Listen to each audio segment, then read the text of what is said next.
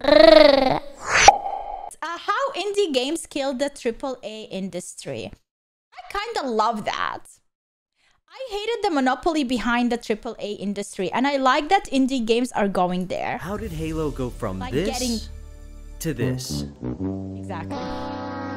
And how Honestly, they did it themselves, by the way. can a game made by one dude in his bedroom have a larger player base than Halo, Call of Duty, and Battlefield combined? To answer these questions, we first need to understand why AAA studios have taken all of their desire to make fun games and just thrown it out the window. Do you guys not have phones? From what I found, it all started a few decades back when the video game industry really became mainstream with the release of Space Invaders. This game took the world by storm and really put video games on the map. That game? See, companies were scrambling to get a piece of the growing video game industry, and the man who kicked everything off was Space Invaders' only developer, Tomohiro Nishikado.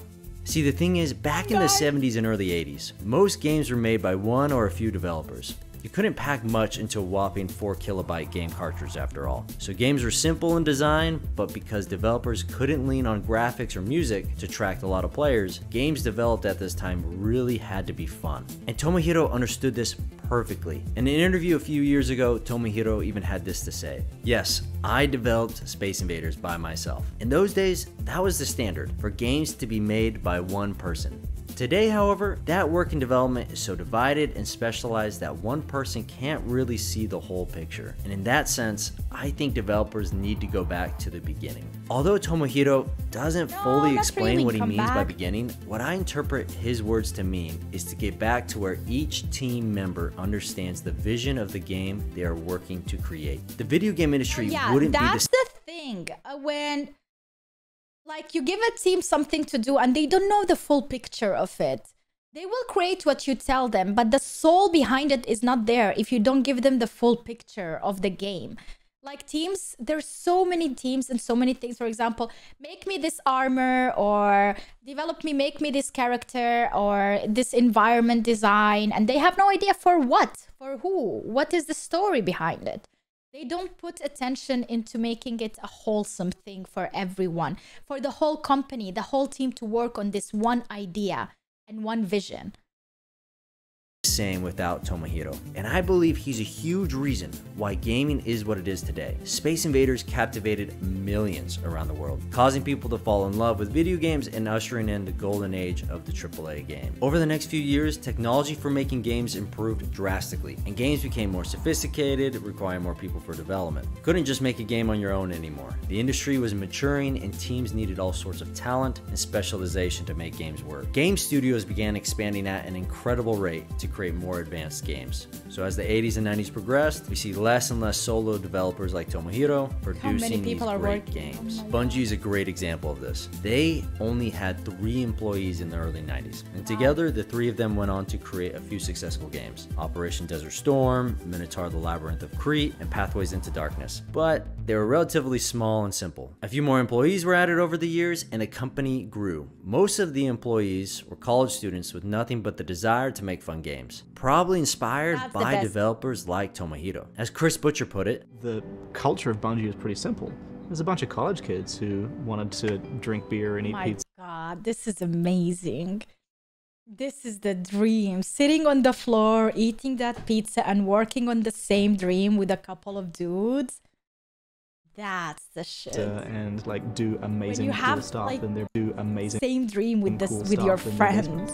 10 years after the launch of Bungie, 40 people were doing just that. And from the scrappy team nourished by pizza and beer, Halo was born. Obviously, it exploded in popularity. It felt like Halo was the only reason most people bought an Xbox. Microsoft, of course, loved it, so more money, talent, and resources were just thrown at Bungie to make Halo 2. But even though the team grew in size, the culture was still the same. The Bungie team was passionate about making the best game, and man, they did just that. Halo 2 was released and people lost their minds over it. I mean, it was national news. With the successful launch of Halo 2, Bungie was on a pedestal and people couldn't wait to see what would come next. Oh my 2007 God, like, finally. I want this. I want a game like this today. It's lost it, guys. We don't have this anymore. We have been... I remember the last time I felt like this when they announced Cyberpunk. I full-heartedly was so happy behind Cyberpunk. I waited so much for it. We all did. And Corona happened. We waited and we waited. We were always so freaking excited. And then the game came out. People couldn't And since wait then, I to lost see what would it, come man. next. That 2007 passion. finally rolled around, and if you thought the hype for Halo 2 was big, Belief. Halo 3 was even bigger. The multiplayer, the campaign, and the community were on a whole new level. No! It was the pinnacle of gaming. So Bungie did it. They had set out to create some of the best games of our era and were ready to throw in the towel after Halo 3. The studio had achieved what it set out to do. They were ready to move on. It was really important to us to end on a high note with Halo 3. But of course, Microsoft couldn't let that happen. Halo was the golden goose, and they weren't done with it. So Bungie was asked to create one more Halo game before leaving Microsoft, and that game was Halo Reach. Halo Reach was a beautiful game. The campaign was emotional, and the Forge was unreal. That said, I don't think Halo Reach was as good as Halo 3. Right? Don't get me wrong. I think it's a phenomenal game. I mean, it made $200 million on its launch day. To many, Wow, it was back peak then. Halo. However, for me, I believe Halo Reach wasn't made with as much passion as the previous Halos because the team had already told the Halo story they wanted to tell. Players were pretty sad when Bungie moved on from Halo, but excited to see what they would do next. And as we watched Bungie give its farewell, Microsoft, behind the scenes, handed the Halo mantle to a new studio, 343. Well, think that's only a a big year had mistake? passed since Reach, and it was announced that Halo 4 would be coming out in 2012. At the time, most of us didn't think about Halo 4 being made by another developer as being too big. Once it's another developer, once they start selling, and once the original people are not working for the same company anymore, you can never expect the same product again. It's just a name blasted on a product. Of a deal. We were just excited for more Halo. And on launch day, the hype clearly had a big impact on Halo 4 because it made $220 million. Players were eager to continue the story of Master Chief, but something was different. The gameplay was different. It just felt off. I mean, it looked like Halo, but it didn't feel like Halo. And only after a few months in, players started dropping like flies, flocking back to Halo 3 and Reach. At the time, players thought that maybe it was just a fluke. 343 was learning the ropes and got caught up in that Call of Duty hype. Halo 5 will be different. 343 learned their lesson. Halo 5 rolls around and it makes $400 million in its first 24 hours. So people loved it, right? Nope. No co-op campaign, overly aggressive and competitive multiplayer, and no content at launch. How can a company screw up so many things that their shit. predecessors, Bungie, had already paved the path for? Players at this point just hoped 343 So what you're was gonna trying learn to from their tell mistakes. me, if I really want to go into a Halo game today, I should play Halo 3. I remember I think I They tried would listen it. to the community this time and And release I had to go on a holiday or something, and I never this time really and continued release the a game game. that players But I really did have want. fun for Bonnie like Ross 1 said hour that I played 343 it. will do better and promised have there'll the be a trilogy co-op campaign this remastered, time. yeah. The next Halo will be different. And I would say for any FPS going out forward, we will always have split screen in going forward. Well, that wasn't included in launch, and they said it was coming, and now inexplicably it has been canceled. Split screen co-op has been 2022. canceled in Halo Infinite. We have had to Screen make the- cancelled, but we saw in an earlier video about the mystery behind it. You can still play split screen on the latest Halo, but it's kind of an iffy way. Like you have to, once you log in into the game, immediately disconnect your controller, connect with a different player, then go back on the first one, and then somehow you get the... So they have the split screen, but they just decided to cancel it. Difficult decision And it's only not in to private, ship yeah. campaign split screen co-op and take the resources that we would use on that and go after this list and all these other things that we're going to talk about in just a sec. How can a company with 6 years of development, $500 million, make a game with such little content, so many bugs, a garbage progression system, and just be okay to release it? How can 343 screw up this much? It just doesn't make sense. We've heard many answers from the community. 343 didn't earn it, 343 doesn't like Halo, 343 is trying to turn a party game into a competitive game. All valid answers. But you would think that if 343 really cared, they would figure out how to make a good Halo game. However, the main reason why 343 just can't make a good Halo game is because something about the company is fundamentally broken. Let's compare 343 to Bungie. So Bungie's entire company culture revolved around making the best game. game possible. This drove Yeah, them I to got make so Halo scared. bigger and better each release. I thought I don't know what, that was a hiccup. Guys, it's all fine. I thought my internet died. 3's focus, on the other hand, revolves around money and how they can make more of it. Every Over Halo game dramatic they much, release woman. has less content and has gotten worse. Even indie games don't have problems with creating a progression system, yet multiverses. You guys, that's the panic I go through every time my internet dies and the stream dies. You don't see it. Because I'm offline at that point, you know? And Splitgate just fucking blow Halo Infinite out of the water. You don't even have a progression system. It's easy to see the difference in quality between these two studios, but it's not as easy to see why there's a difference. And this is why 343 doesn't have the capacity to make a good game. The leaders of the company don't put quality of the game first. They put money first. And this culture of money first thinking trickles down to everyone. Even if you are a 343 developer that just loves Halo. Any reward as an employee only comes when your work is furthering the goal of making more money, not the best game. Yes. All the details are. I love it. This is the first time. Oh, so yeah. you're really hoping it doesn't crash, right? That's fantastic.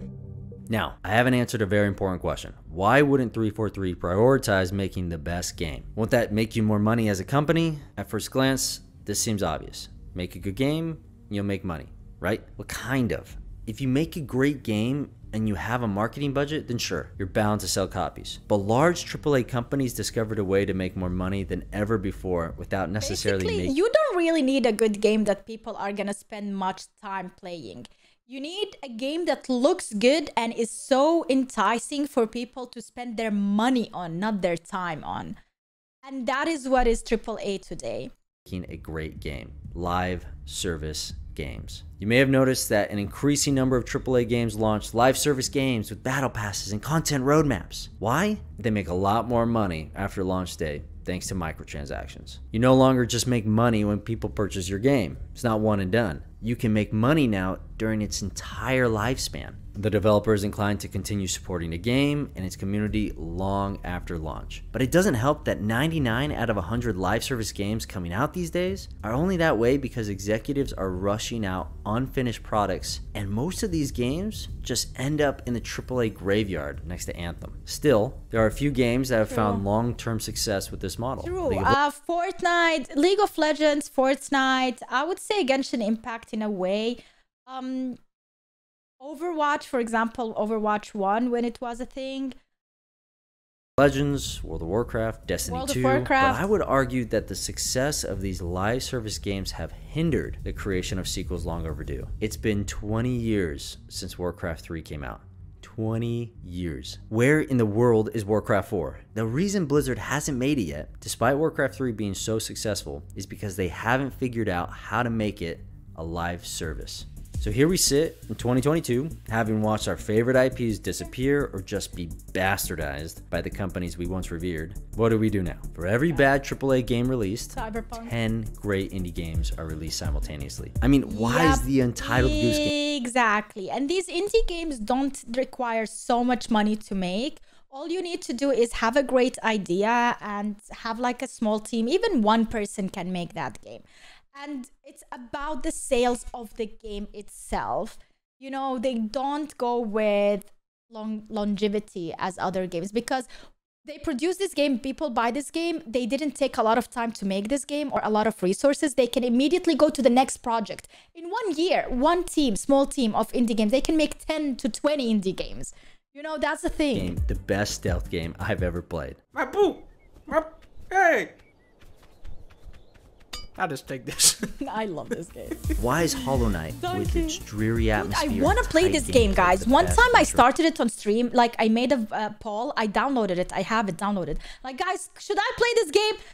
3 people said yes.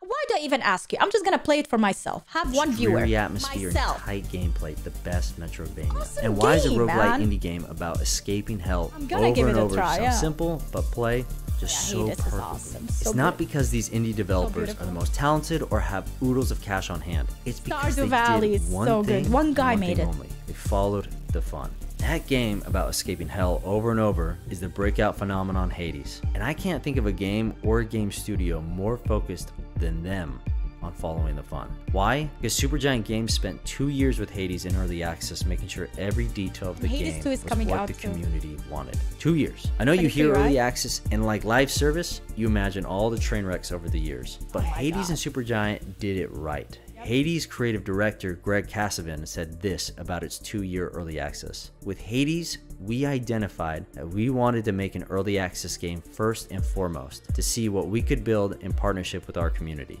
So the plan was to do early access from the get-go.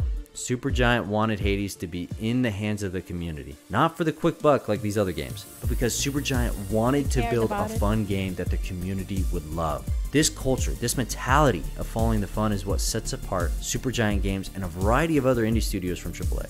Us gamers really only want one thing, to play a fun game, alone or with our buddies. And indie studios really understand this concept because they're gamers too. Indie studios these days are reminiscent of Tomohiro or the original Bungie team, solo or small team developers who are focused on building something they or the community actually want to play. That is so true. It is not all teams or all developers, all companies that work with gaming, they're not all gamers. And that is the biggest problem. How can you give someone something that you don't even know about? Like, for example, building a car and selling a car. If you're not a car enthusiast, how are you going to sell that car? How do you know that's a good car if you don't love cars in that way? We seem to have come full circle. Yes, new tools have made it easier than ever to make games, and yes, Steam has made publishing games incredibly simple. But that's not the main reason we are entering the golden age of indie games. If it was, the 100th Minecraft copycat would be rolling in money right now. The reason why indie studios are dominating the video game industry is because indie studios have what AAA studios don't have: the right culture and a desire to follow the fun. No matter what, that's who Bungie is. We're always going to make what we want to make, and we're going to make it a game that we want to play. Yep, exactly. Make a game you want to play. That's as simple as that. Thank you, YouTube, for recommending my videos. Great. Now, can you recommend them for people that actually not me?